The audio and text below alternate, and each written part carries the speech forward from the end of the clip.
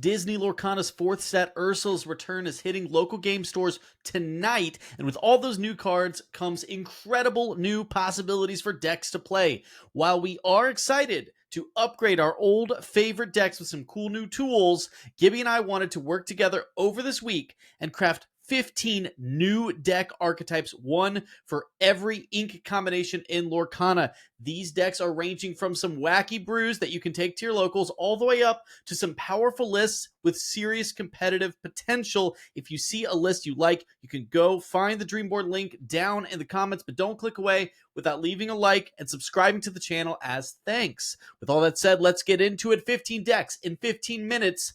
Let's start the clock. Ruby and Steel have historically been a rough ink combination in Disney's Lorcana, but thanks to Ursula's Return, we finally have some hope. I'm referring to One Last Hope, an exciting new song that allows your hero characters to challenge enemy-ready characters and get some resist to boot. This is an incredibly powerful effect, especially when paired with a ton of new Rush characters like Hercules Clumsy Kid and Goofy Super Goof. Now, of course, these Rush characters are all well and good, but it's even better when they get buffs. We have Lumiere Fiery Friend, and of course, Philoctetes, the no-nonsense instructor, which gives your hero characters Challenger +1, and whenever you play a hero, you gain a lore right off the bat. The Goat Man is just like Goat. We're going to be gaining some lore every time we play a hero. This deck is extremely cool, and I think has some sort of unseen potential, so give it a try and let me know what works for you.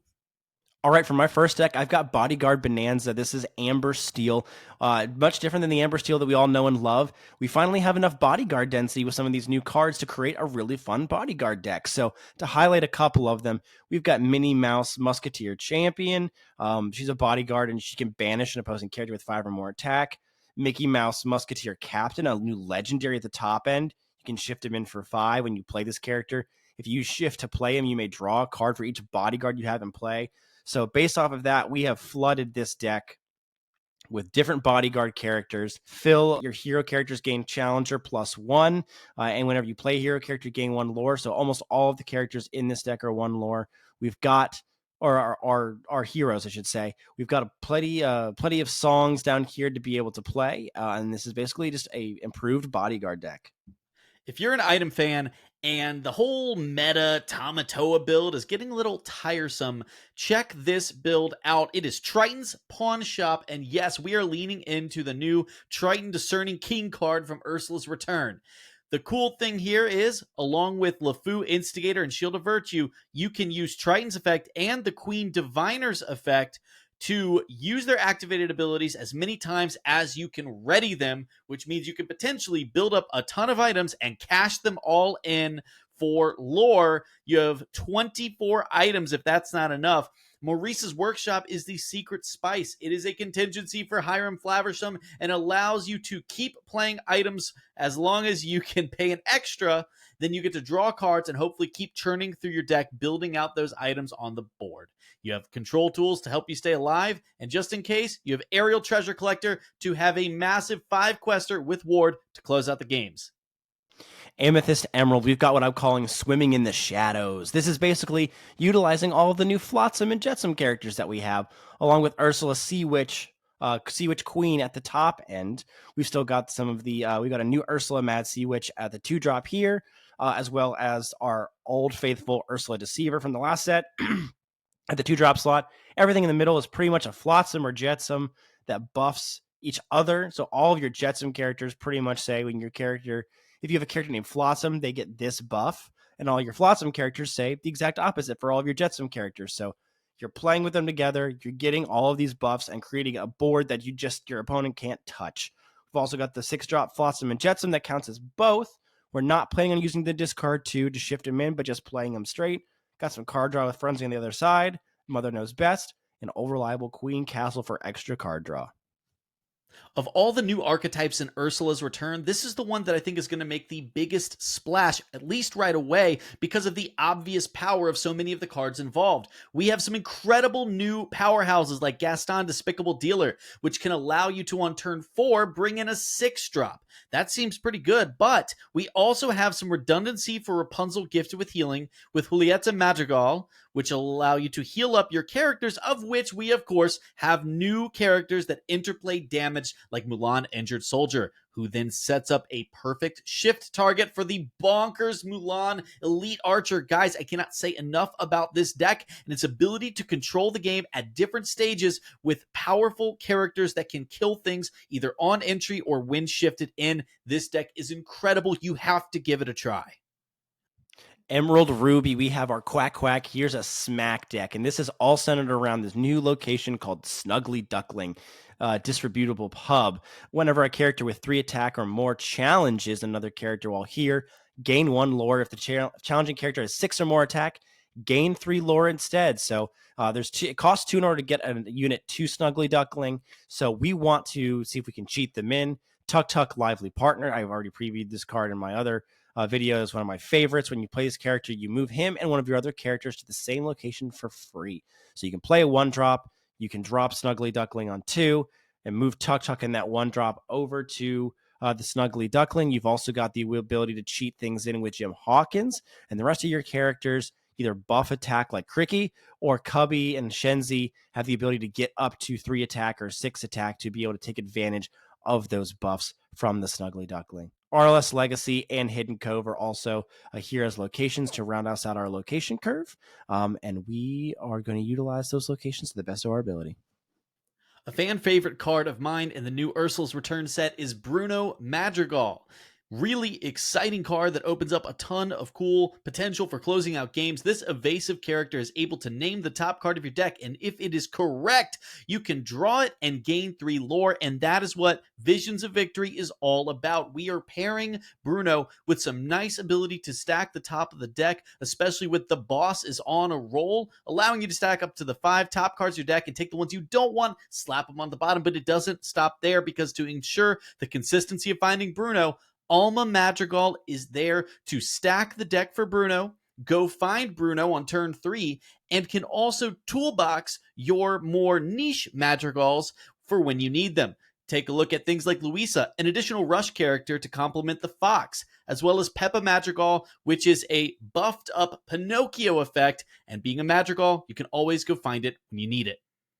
For Emerald and Sapphire, we've got the Heroes Grotto, which utilizes some of our new hero cards, like Anna Trueheart, where all of your hero characters get +1 lore this turn. This is definitely a tempo deck. A lot of your characters do quest pretty nicely. Anna, when you've got another hero character in play, you gain another lore on this character.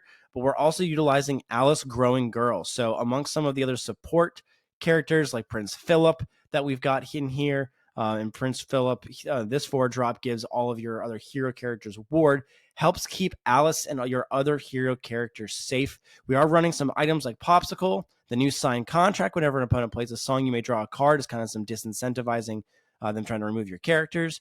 And Vision Slab to try to get you some extra lore. This is definitely a really fun tempo deck that's going to try to ward a lot of your creatures, keep them safe, and utilize those hero synergies to build an unstoppable force. I seriously cannot get enough of Brooms in Ursula's Return's new meta. Holy crap, did Brooms get a massive overhaul, thanks to Illuminary Keeper Magic Broom, which allows you to have an effective Chernobog's follower that is also part of your tribal tag. Incredible. You also have the super cool new Yen Sid Powerful Sorcerer, which can immediately cantrip a card if you have a broom on the board, and when you have multiple brooms, allows you to quest for 3, all for an inkable 2-drop. That's nuts, but it's just scratching the surface, because, of course, we've got to have the Mickey Mouse Playful Sorcerer. This thing allows you to deal damage for each broom you have on the field when he comes into play, and has an incredible body with Resist 1 and Quests for 2. This deck is nuts. I cannot tell you how fun it is. Please, go try it. I promise you won't regret it. Field Medic for Amethyst and Ruby. I'm particularly excited to see how this one turns out. This is all centered around the new, not somewhat new mechanic, but we have new characters that work around it. The moving damage counters from one of your characters to the other. So we've got this new Bell Untrained Mystic here at 3, and the ability to shift in Bell Accomplished Mystic, shift in for 3. It's a 5-drop that also moves damage from one of your characters to a chosen opposing character. Beast Wounded hurts himself when he comes in. So does Mulan Injured Soldier. So you've definitely got some characters that come in damage, and then you can move that damage to other characters and kill other opposing characters. Elsa Storm Chaser, Ian and I are really high on this card. We think it's going to be great. It's also a good 3-drop character that allows you to very shortly then shift in the high drop Elsa, the 8-drop Spirit of Winter from the first chapter. Mulan Elite Archer, we've got 2 of the cheaper Mulans to be able to shift in as well. So we're moving damage around.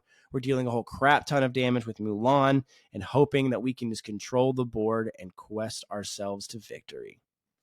Sing Together is an exciting new mechanic in Ursula's return, and this deck aims to make the most of it. You are seeing here an Emerald Amber deck.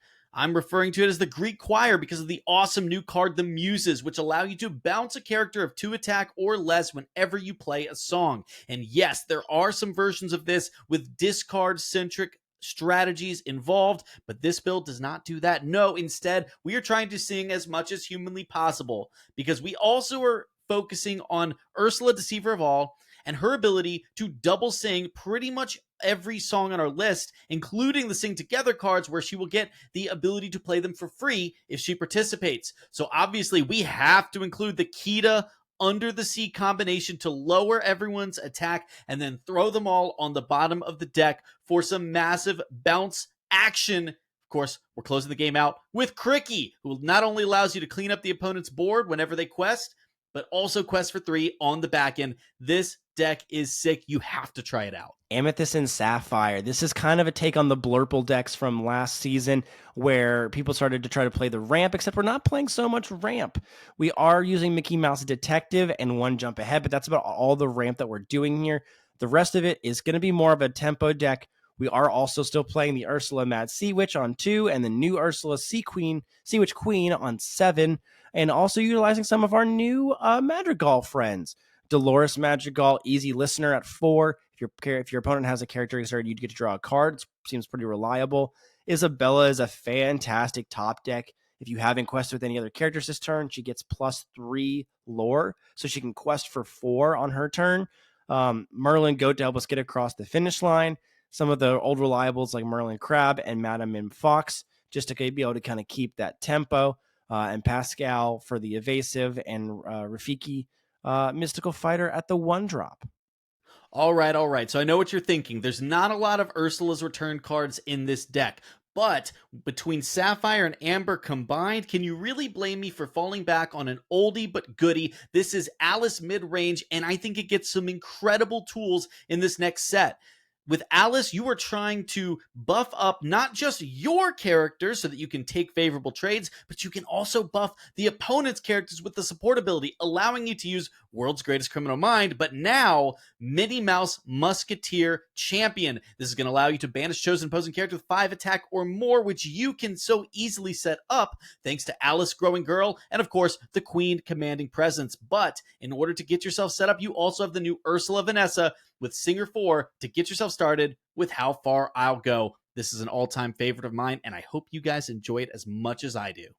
If you loved playing Tiana in the last set, you're going to love this build I'm calling the Princess and the Tiger. It's pretty obvious why. We got another new card which capitalizes off of you having an empty hand. That's Raja, the Royal Protector, which cannot be challenged by characters with a cost of 4 or less whenever you don't have any cards in your hand. So between Raja and Tiana, we're able to put up a pretty aggressive questing front and then have some really cool ways to dump cards, especially thanks to Megara, the Captivating Cynic. When you play this character, you can choose and discard a card, or else you have to banish her. Well, that's okay. We want to empty our hand, and it's especially powerful if you can play this on 3 with a whopping 6 defense and 2 questing. It is going to take them forever to clear this and all of the other characters that you are bringing down one after the other with huge bodies and incredible questing numbers.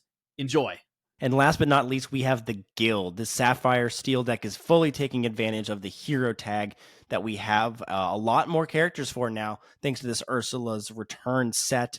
We are running pretty much heroes across the board, and that synergy pays off when you're running characters like Anna, Braving the Storm, where she gets an extra lore for having a hero on the board. Hans, if you have a princess or queen, which we are running princess.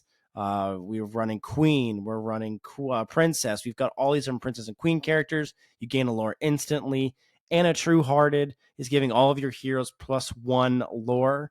And then we've got Phil, who is also giving all of your characters Challenger +1, and you gain a lore every time you play a hero character. So we are fully loaded with heroes. We've got Aerial Sonic Warrior at the top end. When you play a song, you may pay 2 ink in order to deal 3 damage to a chosen character. All of our actions are songs here, so we can trigger Aerial. This deck seems really tight. And that's it. 15 new decks for you to go and try with all of these cool new cards from Ursula's Return. If you try any of these decks out and have any amount of success or ideas to make them better, get down in the comments and let us know, or jump in the Discord community, which we will have linked in the description, and come say hi to us yourself. We always love to have new people in the Discord. Until next time, I'm Ian, that's been Gibby, and we'll see you on the next one.